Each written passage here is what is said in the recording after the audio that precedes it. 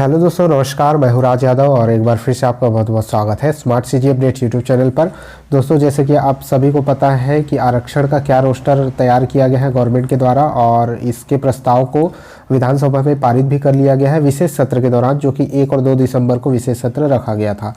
तो यहाँ पर अनुसूचित जाति को 13%, जनजाति को 32% और अन्य पिछड़ा वर्ग को 27% आरक्षण का रोस्टर यहाँ बनाया गया है। साथ ही आर्थिक रूप से जो कमजोर है उनको 4% रोस्टर यहाँ पर दिया गया है। ठीक है, तो इस प्रकार कुल मिलाकर के 76% आरक्षण का रोस्टर तैयार किया गया है।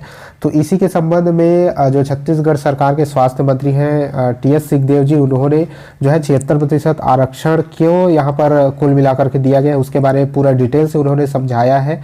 और एक एक वर्ग का जो आरक्षण तैयार किया गया है, अनुसूचित जाति का क्यों किया गया है, अनुसूचित जनजाति का, अन्य पिछड़ा वर्ग का और साथ ही आर्थिक रूप से कमजोर वर्ग का ये जो प्रतिशत है वो प्रतिशत आखिर रखा क्यों गया है, इसके बारे में पूरा डिटेल से उन्होंने डिस्क्राइब करके बताया है। तो इस वीडियो में आगे एक वीडियो क्लिप आप देखेंगे, उसमें उन्होंने पूरी तरह से इस जानकारी को क्लियर किया है और उस हिसाब से बताया है कि 76% आरक्षण क्यों रखा गया है। ठीक है, पूरी जानकारी के लिए पूरा वीडियो लास्ट तक जरूर देखिएगा। तो चलिए इस वीडियो क्लिप को देखते हैं, उसके बाद आगे हम लोग बात करते हैं। मैं आरक्षण के पक्ष का हूं, तो मेरे लिए आरक्षण होना चाहिए। अब आरक्षण अगर होना चाहिए तो उसका प्रावधान क्या है?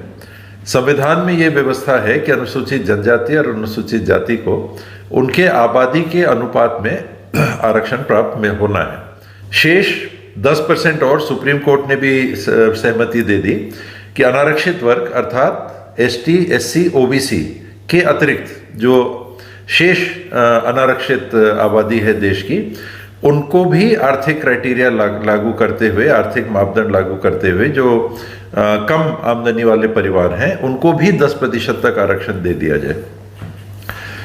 तो 50% और 10%, 60%, इसमें कहीं विवाद नहीं है कि इतना आरक्षण देश में होना चाहिए।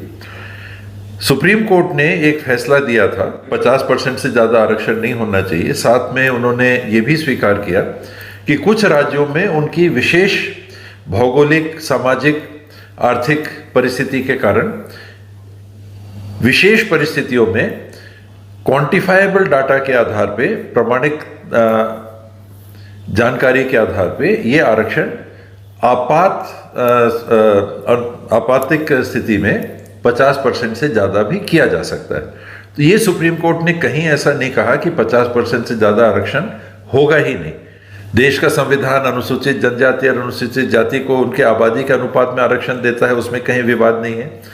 बात आती है कि ओबीसी को आरक्षण हम कैसे दें। छत्तीसगढ़ में सेंसस 2011 का जो डाटा है उसके आधार पे लगभग 45% आबादी एसटी और एससी की है, 32% एसटी हो गए, 13% एससी हो गए। इनको आप जोड़ते हैं तो हो जाता है 45%। अब 50% की सीमा अगर आपको पार नहीं करनी है तो ओबीसी वर्ग के लिए बचता है केवल 5%। तो अब क्या ओबीसी वर्ग में गरीबी नहीं है?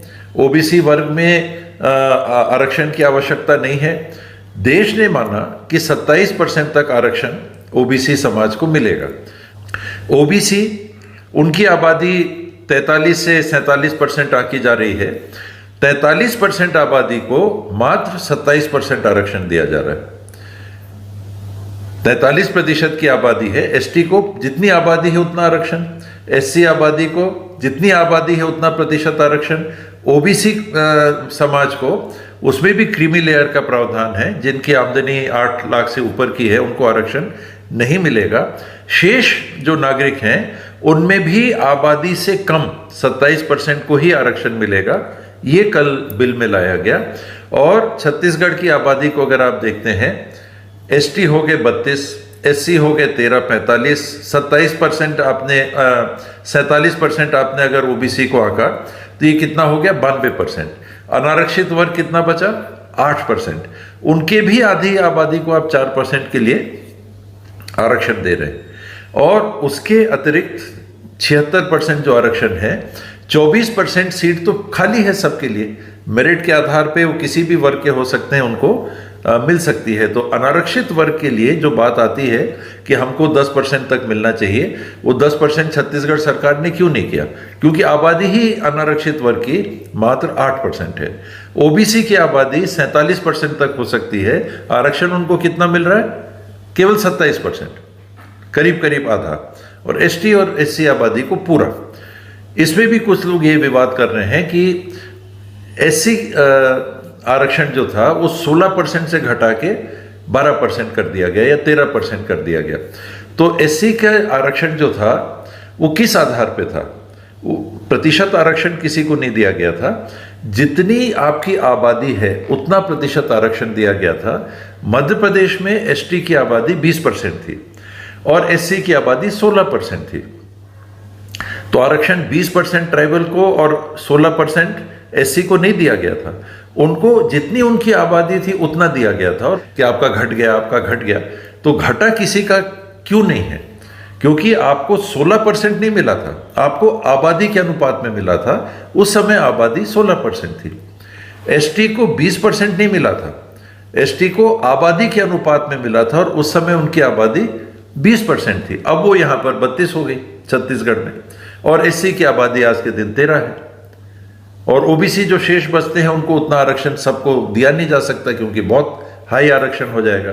और अनारक्षित वर्ग को 10% तक देने की जो व्यवस्था है उसमें कानून में आबादी को, ऐसे तो आबादी सेंसस 2011 के मैंने जो आंकड़े देखे थे, अनारक्षित वर्ग करीब 6% ही है, 6% के आसपास है। फिर भी 8% भी अगर अपन मानते हैं तो 8% आबादी को 4% का आरक्षण सुनिश्चित है अगर आपकी आमदनी 8 लाख से नीचे है। ये है जिसको हम अनारक्षित वर्ग या जनरल कैटेगरी के लोग कहते हैं। उनको ये लगता है कि हमारा मौका जा रहा है। इसीलिए मैंने पहले बताया कि आबादी, मैं भी अनारक्षित वर्ग का हूं, तो अनारक्षित वर्ग की आबादी कितनी है छत्तीसगढ़ में? कितनी है? 6 से 8%। अपन 8% भी मान लें तो 8% को 4% तो रिजर्वेशन मिल गया और 24% सीट खाली है, वो तो ओपन है, वो कहां आरक्षित हुई है? तो 8% आबादी को 24% सीट में ओपन कंपटीशन में भाग लेने का पूरा छूट है। आबादी हमारी कितनी है अनारक्षित वर्ग की? मैक्सिमम 8%। अनारक्षित वर्ग की आबादी के लिए 24% तो ओपन कंपटीशन में और 4% 8 लाख प्रति वर्ष की आमदनी से नीचे का जो परिवार है या 5 एकड़ से कम, कुछ उसमें क्राइटेरिया रखे गए हैं, उस आधार पर रखा गया। आरक्षण परसेंटेज नहीं हुआ है, आरक्षण प्रतिशत आबादी के हिसाब से हुआ है। आज एसटी की आबादी 32% है, कल के दिन 40% हो जाएगी तो 40% हो जाएगा, 30% हो जाएगी तो 30% हो जाएगा। एससी की आबादी आज 12.8% है, उसको 13% माना गया, राउंड फिगर 13% हुआ। अब वो 13% से 20% हो जाएगी तो आरक्षण 20% हो जाएगा। 10% हो जाएगी एससी की आबादी जनगणना में तो आरक्षण 10% हो जाएगा। तो दोस्तों, जैसे कि आपने वीडियो क्लिप देखा होगा, यहाँ पर जो 76% आरक्षण का रोस्टर है कि किसको किसको कितना प्रतिशत और क्यों दिया गया है उसके बारे में उन्होंने पूरी जानकारी दी थी। उनके इस प्रतिक्रिया पर आप क्या सोचते हैं? नीचे कमेंट बॉक्स में कमेंट जरूर कीजिएगा कि आप उनके बात से इत्तेफाक रखते हैं या फिर नहीं रखते हैं। और ये आज का ये वीडियो आपको कैसा लगा कमेंट बॉक्स में ज़रूर बताइएगा। अगर पसंद आया होगा तो वीडियो को लाइक और शेयर अपने सभी दोस्तों तक जरूर कर दीजिएगा। इसी तरह के लेटेस्ट अपडेट के लिए जुड़े रहिएगा चैनल के साथ और वीडियो के साथ। इस वीडियो में इतना ही था, मिलते हैं आपसे नेक्स्ट वीडियो में, तब तक के लिए जय हिंद।